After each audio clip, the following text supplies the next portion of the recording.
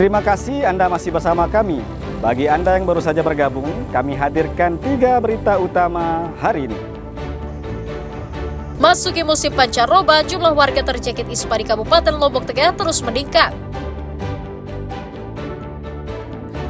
Pertanyakan kejelasan nasib, ratusan pegawai honorer kembali menggelar aksi damai di depan kantor Gubernur Nusa Tenggara Barat. Warga di Lombok Barat dihebohkan penemuan mayat pria di saluran irigasi, polisi usut penyebab kematiannya.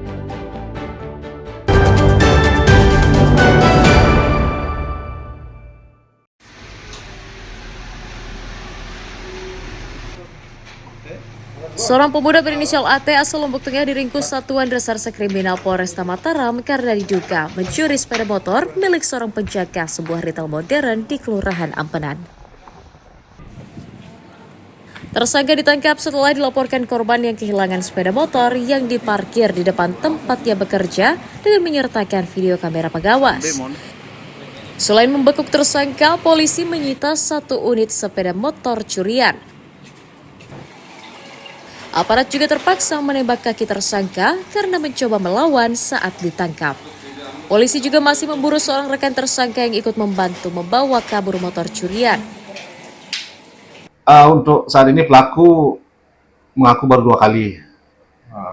Pelaku pencurian untuk di Alfamart ini ada 2 orang, 1 masih belum tertangkap, masih dalam proses pencarian. Untuk pasal yang kami sangkakan pasal 363, ancaman hukuman 7 tahun penjara. Ada DPO dari 2 orang yang pelaku? Kemungkinan yang 1 yang belum tertangkap akan kami terbitkan daftar pencarian orang. Kalau modusnya sendiri?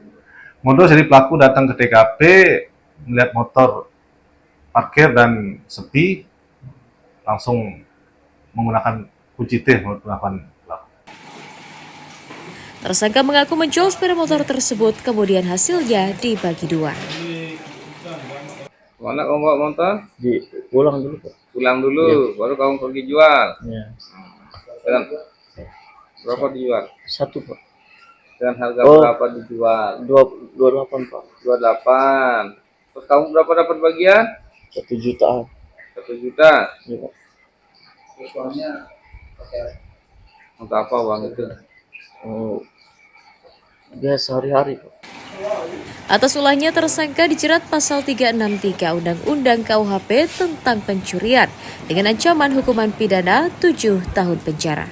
Awaludin dan Riyadi Sulhi melaporkan dari Kota Mataram.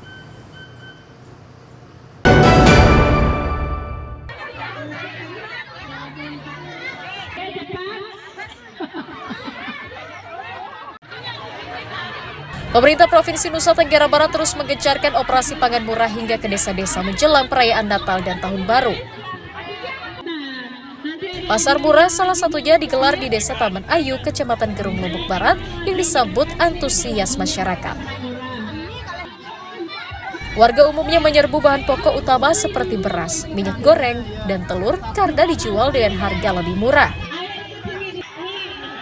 Dalam operasi pasar itu, beras dijual Rp11.600 per kilogram, minyak goreng dijual Rp15.500 per liter, sementara telur dijual Rp50.000 per papan. Selain menekan lonjakan harga pangan menjelang Nataru, kegiatan itu juga untuk memastikan pasokan bahan pangan murah dapat dirasakan warga secara merata. Kenapa kita menyisir daerah pedesaan? Karena rupanya daerah ini juga akses pasarnya jauh dan masyarakat perlu kita dekati untuk fasilitasi. Seperti biasa, GPM pada periode terakhir di 2025 ini kita tetap menjual komoditas strategis seperti beras, bawang, cabai, dan komoditas yang lainnya bersama mitra-mitra yang selama ini membantu pemerintah di dalam gerakan pangan murah. Warga mengapresiasi operasi pangan murah sebagai solusi di tengah melonjaknya harga pangan di akhir tahun. Harapan saya untuk kedepannya supaya tetap di lingkungan kita ini tetap diadakan ketahanan pangan, tetap diadakan bazar ketahanan pangan ya, bisa membantu warga juga karena di sini tuh lumayan jauh sih pasarnya dari Gerung. Kita kalau ke pasar ke Gerung ada sih pasar dekat sini tapi lumayan sedikit yang jual. Iya, intinya sangat membantu sekali. Operasi pasar rencananya akan terus digelar oleh pemerintah daerah hingga akhir tahun untuk mencukupi stok pangan masyarakat di daerah dan mencegah inflasi. Hairul Amri dan Redi Sulhi melaporkan dari Kabupaten Lombok Barat.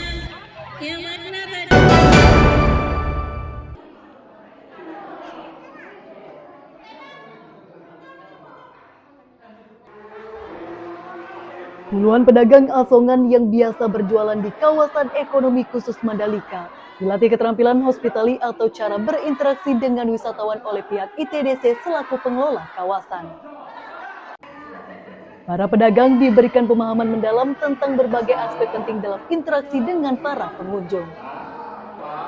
Keramahan yang diajarkan meliputi sikap yang sopan dengan komunikasi yang baik disertai penampilan yang menarik. Selain mengajak agar para pedagang menghormati para tamu, pelatihan itu juga untuk memberikan kenyamanan kepada wisatawan agar betah selama berada di destinasi wisata. Dengan keramahan kepada para pengunjung, pengelola berharap para wisatawan mendapatkan kesan yang baik sehingga tidak kapok untuk datang kembali. Harus lebih welcome, terus lebih sopan, lebih